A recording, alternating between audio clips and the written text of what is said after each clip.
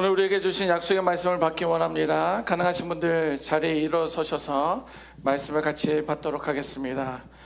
오늘 말씀은 예레미야 16장 19절 말씀 한 절입니다. 같이 한번 읽습니다. 시작. 여호와 나의 힘, 나의 요새, 환난 날의 피난처시여, 민족들이 땅 끝에서 주께 이르러 말하기를 우리 조상들의 계승한 바는 허망하고 거짓되고 무익한 것뿐이라. 아멘. 하나님께서 우리에게 주신 약속의 말씀입니다. 오늘은 2025년 추수감사 주일입니다. 하나님께서 우리에게 베푸신 은혜와 사랑을 떠올리며 감사의 고백을 올리는 그러한 시간입니다. 자, 그런데 오늘 본문의 말씀은 성경적 배경은 예레미야 시대입니다. 오늘 아침에도 한 분이 물어보셨어요. 오늘 추수감사 주일인데 이 본문은 감사에 대한 것은 아닌 것 같은데 오늘 말씀을 기대하겠습니다. 그런 말씀을 하셔서 아주 오늘 말씀에 하나님의 영이 임해야 될 것입니다. 자, 오늘 예레미야 시대인데요. 요즘 새벽마다 묵상하고 있는 그 예레미야 당시의 말씀은요, 감사를 하기에 어려운 시대입니다. 예, 그 성도님이 제대로 보신 거예요. 예레미야 시대에 어떤 감사가 있을 수 있을까? 감사하기 어려운 그 시대가 바로 예레미야 당시입니다. 나라는요 점점 무너져가고 있는 그런 때예요. 위아래에서 공격을 오고 있기 때문에 점점 무너져가고 있고요. 백성들은요 마음도 무너지고 있습니다. 하나님을 찬양하지 않고 하나님을 예배하지 않고 있으니까 그들의 마음이 심령이 무너지는 것은 당연합니다. 심지어 신앙조차도 무너지는 거예요. 그 조상들이 믿었던 그 하나님, 과거에만 신앙에만 묶여 있었을 뿐 현재 하나님의 은혜에 대해서, 하나님의 감사에 대해서 그들은 찾고 있지 않았기 때문입니다. 이때 하나님께서는요 예레미야에게 이런 말을 합니다. 예레미야야, 너는 집을 짓지 말아라. 그리고 예레미야야, 너는 결혼을 하지 말아라. 그리고 너는 잔치집에도 가지 말아라. 이런 이야기를 말씀하십니다. 아니, 왜 하나님께서는 사역에만 열심히 하시지 예레미야의 그 가정사까지 간섭을 하시면서 어떻게 집도 짓지 말아라, 결혼도 하지 말아라, 자녀도 낳지 말아라, 아니 아예 잔치집에도 가지 말아라, 왜 이런 말씀을 하시는가 하신 그 이유는 이스라엘에게 곧 닥칠 심판이 너무도 큰 것을 깨우치기 위해서 하지 말라고 한 거예요. 하나님은 그 시대의 악함에 대해서 예레미야의 삶을 통해서 그 시대를 향한 경고를 보여주고 있습니다. 당시 이스라엘은요 곳곳에 우상들이 서 있었습니다. 그런데 저도 일본에 한번 가봤었는데요, 우상들이 그 단지들이 골목골목마다 있었던 그런 모습을 보게 됐는데, 이스라엘 당시에도요 그렇게 우상들이 너무도 주변에 많이 있었어요. 그런데 그 우상들 앞에서는요 무릎을 꿇고 있는 백성들이 보이는 거예요. 한두 사람이 아니라 전 국민들이 우상 앞에 절을 하고 있었습니다. 이렇게 이스라엘은 바로 그 시대의 절망의 중심 가운데 이스라엘은 있었습니다. 자, 이런 시대적 상황에서 예레미야가 오늘 본문을 통해서 이렇게 고백하고 있습니다. 오늘 본문 다시 한번 같이 읽어보도록 하겠습니다. 시작. 여호와 나의 힘, 나의 요새, 환난 날의 피난처시여, 민족들이 땅 끝에서 주께 이르러 말하기를 우리 조상들의 계승한 바는 허망하고 거짓되고 무익한 것뿐이라. 아멘. 여러분들, 서론에서도 말씀드렸지만 예레미야 시대는요 하나님께 감사의 노래를 부르기에는 가장 어려운 그런 순간 가운데 있다라는 거예요. 그런데 예레미야는 어떻게 하고 있습니까? 가장 깊은 찬송을 부르고 있었습니다. 예레미야가 그렇게 감사의 찬양을 부를 수 있었던 것은 뭐냐면, 여러분, 감사란 무엇이냐면 상황이 만들어내는 감사가 아니라, 상황이 좋아서 이렇게 풍족해서 아하 이것을 하나님 앞에 감사해야지 라는 것이 아니라, 하나님을 바라볼 때, 이런 것들은 주변적인 것들은 바라보지 않고 하나님을 바라볼 때 흘러나오는 믿음의 고백이 바로 우리들의 감사가 되어야 될 줄 믿습니다. 예레미야는 그걸 보고 있었던 거예요. 오늘 우리는 추수감사주의를 맞으며 예레미야가 어떠한 마음으로 그런 믿음의 고백을 올렸는지를 함께 나눠보기를 원합니다. 여러분, 예레미야가 처한 상황은요, 우리가 상상하는 것보다 훨씬 더 절망적인 그러한 시간들입니다. 아마 일제시대라고만 해도 될까요? 어떤 지배와 압박 속에 있고, 우리들의 어떤 라스트네임도 바꿔버리고, 창씨개명도 있고, 또 천하에게 절을 해야 되고, 어떤 그런 핍박 속에서 사는 그 이상으로 이스라엘은 예레미야 시대를 살고 있었다라는 거예요. 나라가 완전히 붕괴되어 있었고요, 사람들 마음속에는 소망조차도 찾지 못하고 있었을 때입니다. 그래서 감사란 단어가 불가능해 보이는 거예요. 상황적으로 보면 감사가 나올 수 없습니다. 그러나 예레미야는 현실을 부정하지도 않았어요. 그건 아니야 절대 그럴 수 없어 라고 현실을 부정하지도 않고 감정을 억지로 끌어올리지도 않았습니다. 그런 주어진 그 현실을 믿음의 시각으로 다시 해석한 거예요.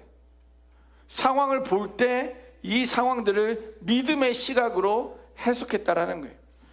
예레미야는 눈앞의 상황은 절망과 좌절로 무너져 있지만 믿음의 눈으로 보면 여전히 그가 믿고 있는 하나님은 힘이 되었고 나에게 숨을 수 있는 요사가 되었고 또 환난처에 피난처가 되었다는 것을 보고 붙들 수 있었다라는 거예요.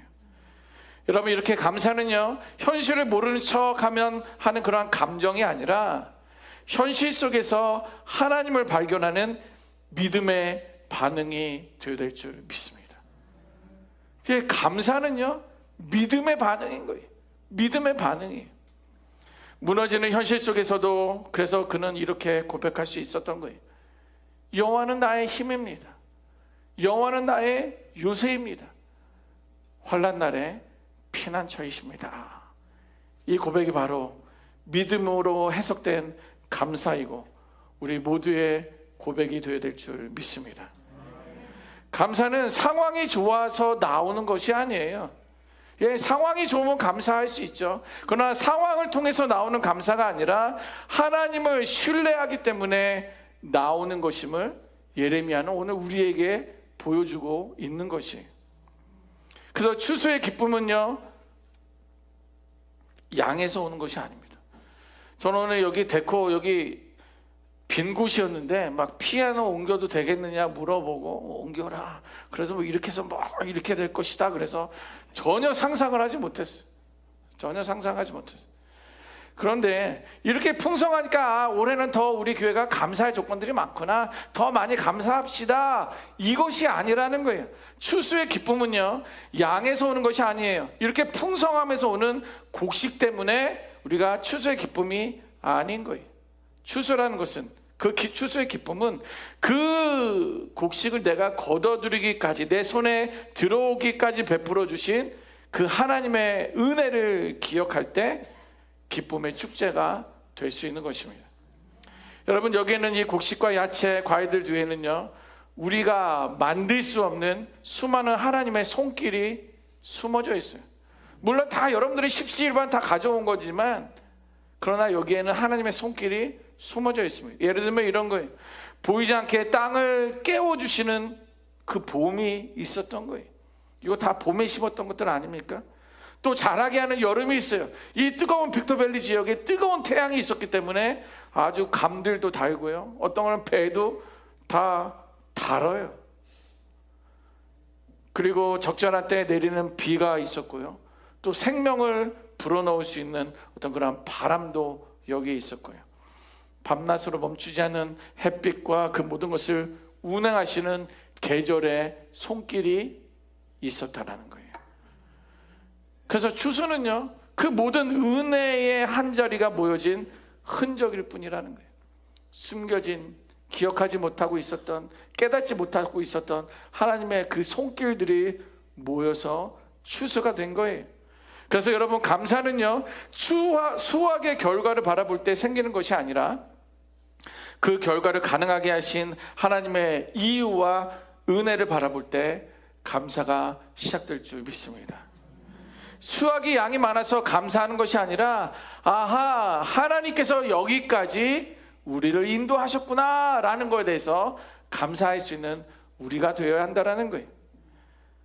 그렇게 은혜의 이유가 깨달아질 때 감사가 터져 나오는 거예요. 사실 여러분, 추수감사주일은요, 우리가 얼마나 노력했는지를 자랑하는 게 아니에요. 목사님, 올 한해 내가 얼마나 했는지 아십니까? 여러분, 제가 우리 교회를 위해서 얼마나 열심히 했는지 아십니까?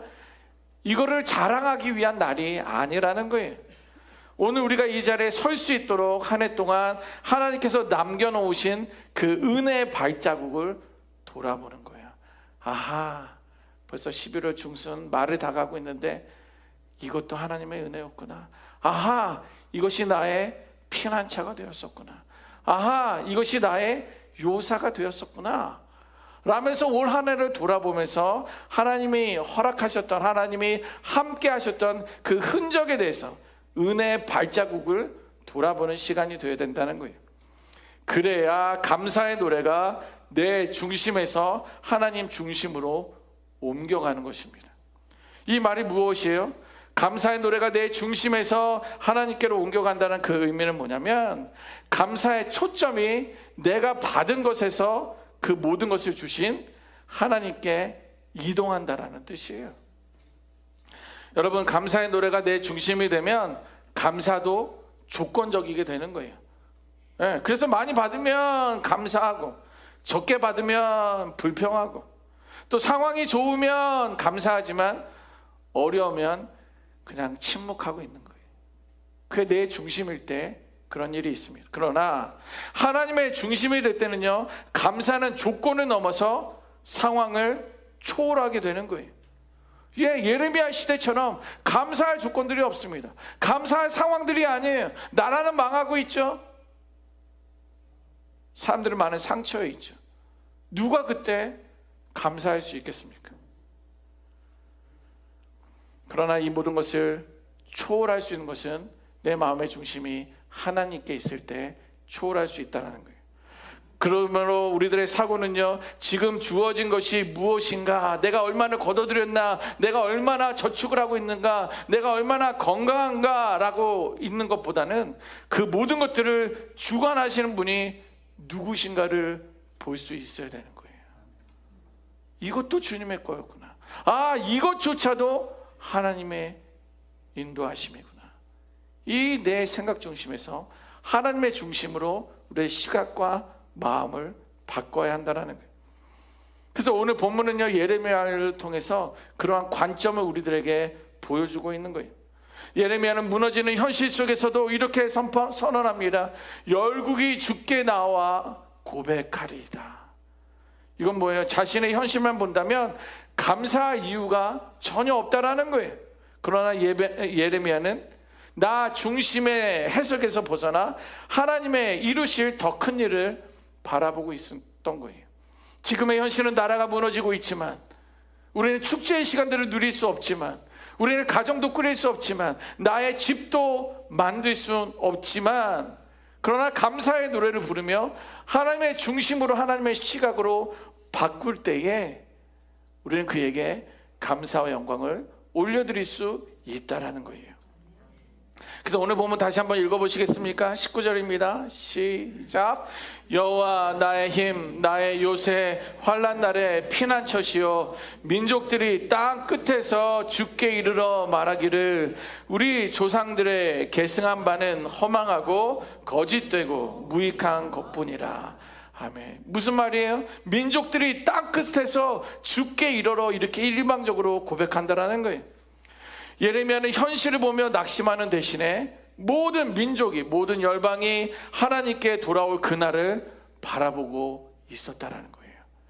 지금 우리가 멸망하고 있지만, 이 모든 것들이 닫혀지고 있지만, 그러나 하나님께서 우리를 회복시킬 것이다, 하나님께서 우리를 구원하실 것이다, 그것을 바라보며 찬양 돌렸던 거예요. 지금은 폐허 같지만 하나님께서 결국 역사의 주인이세요. 이 모든 것을 이끌어 가시는 분이 바로 주님이시라는 거예요. 하나님이시라는 거예요. 그래서 열방의 예배를 받으실 분이 하나님이신 것을 예레미야는 믿음의 눈으로 바라보고 있었던 것입니다. 그래서 예레미야의 감사는요, 오늘 상황에서 이유를 찾지 않고 하나님이 누구신지에 대해서 시작하는 찬양을 부르고 있습니다. 이것이 바로 저와 여러분들이 나의 관점에서 하나님의 관점으로 옮기며 하나님의 계획을 바라보는 믿음의 결단이 되어야 될 줄 믿습니다. 여러분, 올 한 해 여러분들 어떠셨어요? 한번 돌아보십시오.